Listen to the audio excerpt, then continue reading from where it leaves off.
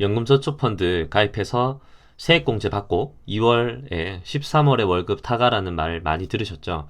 16.5%, 13.2%의 확정 수익이 이 세상에 어딨냐고요?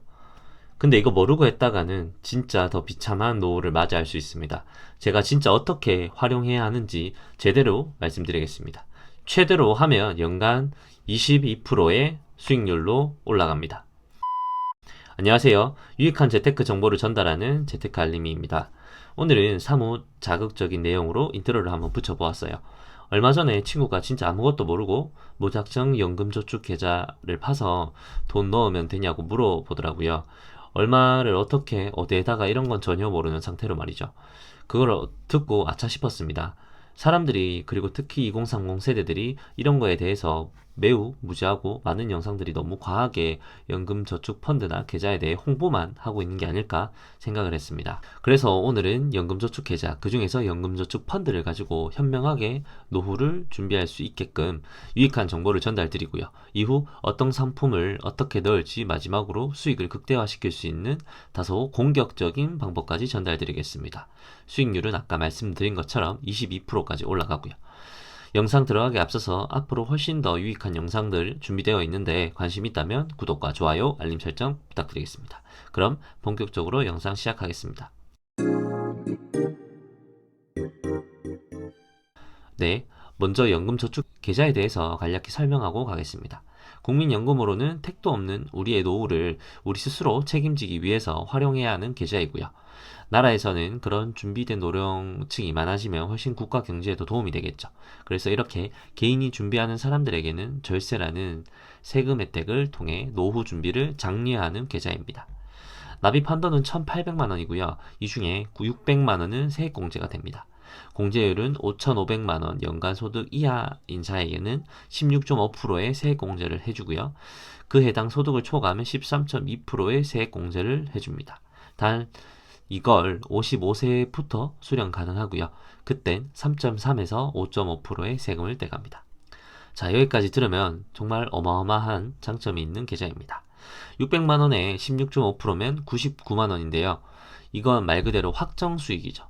워렌 버핏이 평생 20%의 평균 수익률을 내서 그렇게 부자가 된 걸 보면요. 이 16.5%도 진짜 그 워렌 버핏의 가슴까지는 쫓아갈 수 있는 그런 수준입니다. 그래서 사실 이건 선택이 아니라 필수로 가입해야 하는 계좌는 확실합니다. 하지만 여기서 문제가 발생합니다. 보통 2030 세대들이 다 그렇진 않겠지만 이 600만 원에 대해서 꼭 다 꽉 채우지 않으면, 이 한도를 채우지 않으면 괜히 손해보는 느낌이 들어요. 그래서 이 혜택을 보고 월급 들어오는 족족이 저 600만 원을 채우기 급급하다는 것이죠. 그런데 우리가 200만 원을 벌었을 때 월 50만 원을 입금을 해야 하는데요. 이렇게 되면 식비, 월세, 기타 경비를 떼면 우리가 진짜 순수하게 적금을 넣을 돈이 없어집니다. 그럼 누군가는 이렇게 반문을 하실 거예요. 아니, 연금저축펀드가 적금이지 무슨 소리를 하는 거야? 네, 맞습니다. 적금 맞아요. 근데 앞서 말씀드린 것처럼 이 계좌는 55세 이후부터 정상적인 출금이 가능합니다. 그렇다는 뜻은 우리가 이 다른 적금 없이 55세까지 여기만 투자하면 집은 언제 사고 다른 재테크 투자는 언제 하나요? 뭐, 한 예로 주식이 폭락을 해서 우리가 그 주식을 사고 싶은데 돈이 없어요. 그러면은 정말 좋은 기회를 놓칠 수도 있겠죠. 그럼 어느 정도 공부를 해보신 분들은 이렇게 반문하실 겁니다. 그 중도인출도 되는데 그것도 모르냐? 중도인출 됩니다. 되는데 페널티가 있죠. 어떤 페널티냐? 16.5%의 세제 혜택을 받은 거 그대로 돌려내야 합니다. 세부적인 내용이 있긴 한데 그건 다음에 한번 다뤄보겠습니다. 어찌됐든 정말 필요한 시기에, 예를 들어서 10년 뒤에 쭉 받아왔던 그 16.5%라는 그 어마어마한 세금 혜택을 뱉어낸다고 한번 생각해보세요. 그 돈이 적지 않을 겁니다. 물론 그때 넣은 돈이 16.5%의 혜택으로 복리를 통해 자금이 더 커질 가능성은 충분히 있어요. 하지만 우리가 당장 내일이 어떻게 될지도 모르는 이 상황 속에서 장기간 그렇게 묶을 돈을 매달 무리해서까지 넣을 필요가 없다는 것이죠. 그래서 오늘 제가 아주 적절하고 현명하게 제법 높은 소액을 추구할 수 있는 방법을 소개해 드리겠습니다. 첫 번째입니다. 딱 소득의 10에서 15% 수준만 입금하세요. 예를 들어 200만 원의 소득자는 30만 원을 한도로 정해놓고 매년 360만 원을 통해 혜택을 누리는 겁니다. 여기서 팁은 10% 정도를 넣고요. 나머지 5%는 수익률이 떨어지거나 마이너스가 났을 때 넣는 걸 추천드립니다. 물론 보너스 받아서 더 넣으시는 거는 선택이고요. 내가 200만 원을 벌고 있는데 연 100만 원까지 적금을 들 수 있더라도 10에서 15% 수준을 지키시고, 즉 30만 원만 넣고 나머지는 차라리 이자가 높은 신협 혹은 농협에 적금을 드세요. 그리고 부동산 공부를 꼭 하세요. 부동산 공부는 진짜 필수입니다. 결국 이렇게 소액 장기 투자보다 부동산이 훨씬 더 편하게 수익을 낼 방법이 다양하게 있을 수 있어요. 그 방법에 대해서는 다음 영상에 더욱더 딥하게 말씀드리겠습니다. 두 번째는 그 돈들을 어디에 넣냐. 제가 저번 바로 직전 영상이죠. ISA 계좌에 연 11% 수익을 내는 방법을 알려드렸습니다. 바로 미국 나스닥 펀드와 미국 채권 중장기채에 7대3 비율로 투자를 하는 것입니다. 위험 자산이자 아주 전 세계에서 각광받는 애플, 마이크로소프트와 같은 혁신 기업에 투자를 70%를 하고요. 더불어 우리 연금을 지켜줄 안전자산에 30%를 투자하면 과거 약 20년간 11%의 평균 수익을 기록하였습니다. 그래서 우리는 나스닥에 몰빵하면 물론 수익률이 더 좋을 수는 있겠지만 사실 세상이 어떻게 될지 모르잖아요. 그래서 우리는 나스닥과 미국 중장기채에 7대3 비율로 투자를 하시면 됩니다. 상품이 궁금하신 분들은요, 여기 위에 링크를 타고 들어가시면 제가 상품을 언급해 놨으니까 참고하시면 좋을 것 같습니다. 마지막으로 공격적으로 투자하는 방법을 알려드리겠습니다. 연금저축 계좌에 담보대출을 활용하는 방법인데요. 이 방법은 두 가지 부류에게 특히나 유용할 것이라 생각합니다. 첫 번째는 소득이 상대적으로 높아서 연 600만 원까지 넣고 있는 분들, 하지만 IRP 계좌로 받을 수 있는 추가 300만 원의 세제 혜택까지 더해서 900까지는 못 넣겠는 분들이 계시겠죠. 즉 월 50만 원은 괜찮지만 70만 원, 80만 원 투자까지는 부담스러우신 분들이 계실 수 있어요.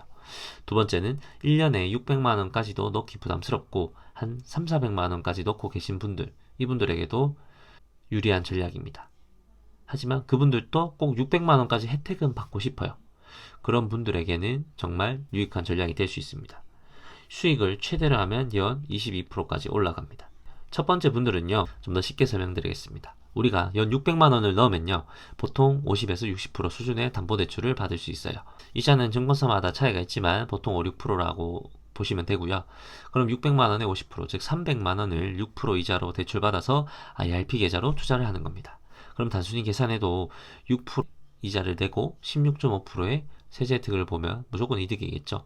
딱 봐도 그냥 10.5% 정도의 수준의 수익이 더 플러스가 될 것 같아요.